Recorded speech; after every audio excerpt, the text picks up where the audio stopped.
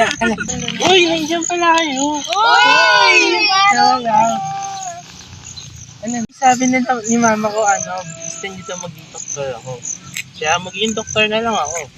Wow! Ako gusto kong mag-abroad. Kayo ba? Anong gusto niyo paglaki niyo? Gusto ko paglaki ko maging teacher! Ikaw Wow! Galing! Ang pangarap mo? Ako, gusto kong maging negosyante para yayaman ako.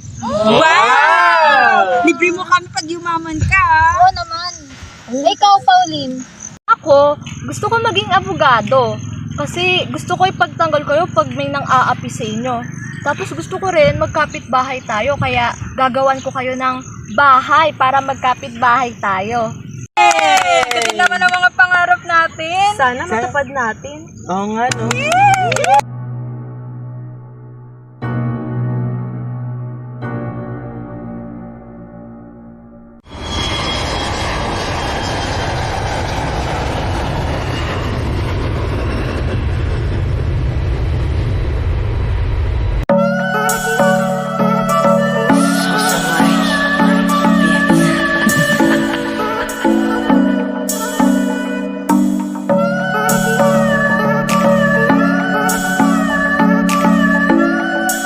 Shoots and look, meu Deus!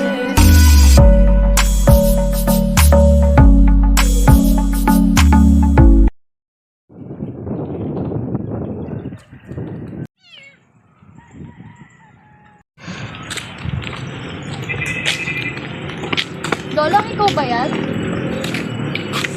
Sino na kasama mo? My friends only. Nandito ako! Wala tayong pag-uusapan! Natin! Bitawan na ako!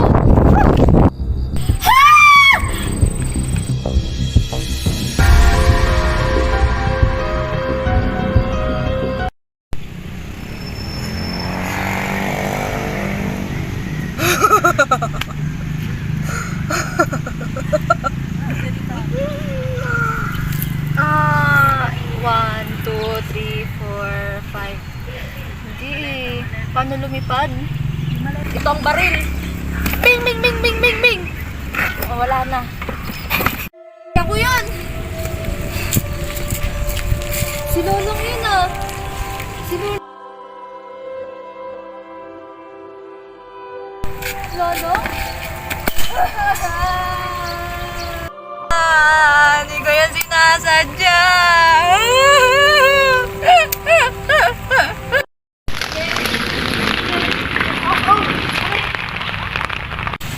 Are you okay? Okay lang po. Hala, salamat po, ate. Gusto mo ba sumama muna sa akin? Sa banda ko, may space doon. Para doon ka muna. Sige po. Kailangan ko po ng pagkain. Oh, ano na to? Isinama ni Miss Joy si Pauline sa ibang bansa para matulungan at mapagamot ito.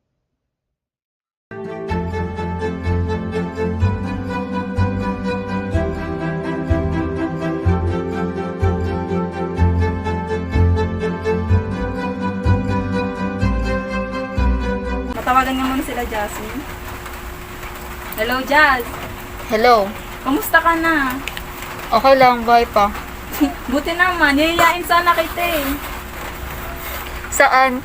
Mag-reunion tayo, magkakaibigan, tagal din nating di nagkita. Jiba kayo? Kailan ba? Ngayon na. Oh, sige. Sige. Kita na lang tayo dun ha. Alam niyo na kung saan yun. Sige. Sige. Bye. Bye. Masaya-saya ako guys, nagkita na ulit tayo. Okay. Hey. Kamusta naman kayo? Ito, ayos lang. Okay lang na. Ako kasi hindi ko natupad yung pangarap na sinabi ko sa inyo nung bata pa ako eh. Ang pasensya na kayo guys na ganito lang yung bahay Okay lang ko. ba? Kayo, kamusta naman kayo? Ikaw, Jazz. Yung negosyo, lugi. So, pero sa ngayon, nag-ano ako, online selling. Uy, check mo yung ano ko, yung page ko ha. May nag-ano ko ng mga ukay doon. Sige. Sige, add to cart. Ikaw, ano, Eric? ka? Kamusta ka naman? Eto, dahil sa hirap ng buhay, hindi ako nabigyan ng magulang ko ng sapat na pera para sa pag-aaral ko. Kaya nagtrabaho na lang muna ako. Wait lang, naalala niyo ba yung naglalo tayo ng nanay-tatay dati? Yung bata tayo. Tapos nahimatay si Erica. Oo nga! Nakakahiya. Kaya ba? Nakalimutan na yun. Ito, naalala nyo ba nung nagpapatintera tayo? Di ba natamaan ko na? May natamaan ako nun hindi ko lang maalala. Sa paa. Tamaan ko si nun. Si Pau ata, tsaka si Erica, di ba? Hindi kasi ako marunong. Akala ko Kasi di sila pumunta sa guhit, dun sila sa gilid. Maling direksyon. Uy, alam niyo ba si Manny, naglalato-lato habang kumakalda? Sample kaya natin ko! No way! Ikaw, Erica, kamusta ka? Ito, hindi nakakatapos gawa't hindi nasuportahan ng magulang ko. Di ko din naman kayang sabayan yung pag-aaral at pagkatrabaho, kaya tinigil ko na lang. Ikaw? Gano'n. Katulad rin sa'yo. Nakatungtong naman ako ng college. Na-person naman ako ng ng doctor. Neurologist, gano'n. So, yan, sa hirap nga ng buhay, hanggang second year college lang ako. Yun, nagtrabaho na lang ako. So, nagtrabaho, tapos yan, nag-business na lang. Yan, nagkaroon ng milk tea shop. Khalid Milk Tea, baka gusto niyo. Yeah. Libre ba? Yun, naalala niyo ba yung sinakay ko kayo sa sidecar? Yung gano'n, hinarapan natin yun sa magbubuti, gano'n. Yes, tayo! Yung pababa, pag Hindi naman ako kasama doon yung ayos mo. Oh. Sino ba naman ako? Ikaw, Pao, kamusta ka naman? Ang tagal din natin di nagkita. Ano nangyari sa'yo sa mga nakalipas na taon? Oo nga wala akong contact sa inyong lahat kasi hindi ko to nakwento sa inyo matagal na. May pinagdaanan kasi ako nitong mga nakaraang taon. Ito na nga. Yung mga nakaraang taon kasi, ang dami kong pinagdaanan. Yun yung pinakamabigat na nangyari sa buhay ko. Kilala niyo ba si Lolong? Oo, yung jowa mo. Ex mo? Oo. Yun nga, doon nagsimula yung problema ko dahil sa isang aksidente, hindi ko sinasadya na matulak siya sa tulay. Oh my God. Ano nangyari? Aksidente lamang yun, pero sa kasamang palad, namatay siya. Nangyari sa'yo? Nakulong ka ba? Hindi ako nakulong. Ako ay na-diagnose ng sakit na patunayan nila na meron akong mental na problema. Yung schizophrenia, gano'n. Oo. Paulit-ulit kong sinisisi yung sarili ko na sa pagkamatay ni Lolong. Pero ang lahat pala ng bagay may rason.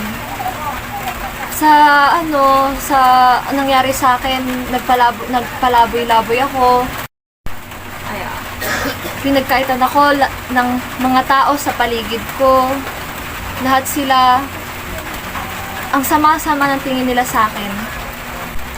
Ang kumukup sa akin ay si Miss Joyce. Binigyan niya ako ng tahanan, ng makakain.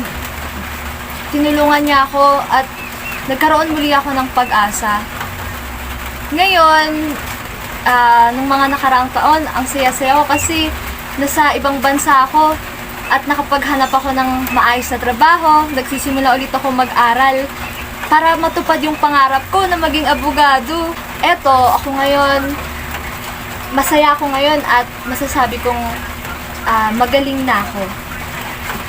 I know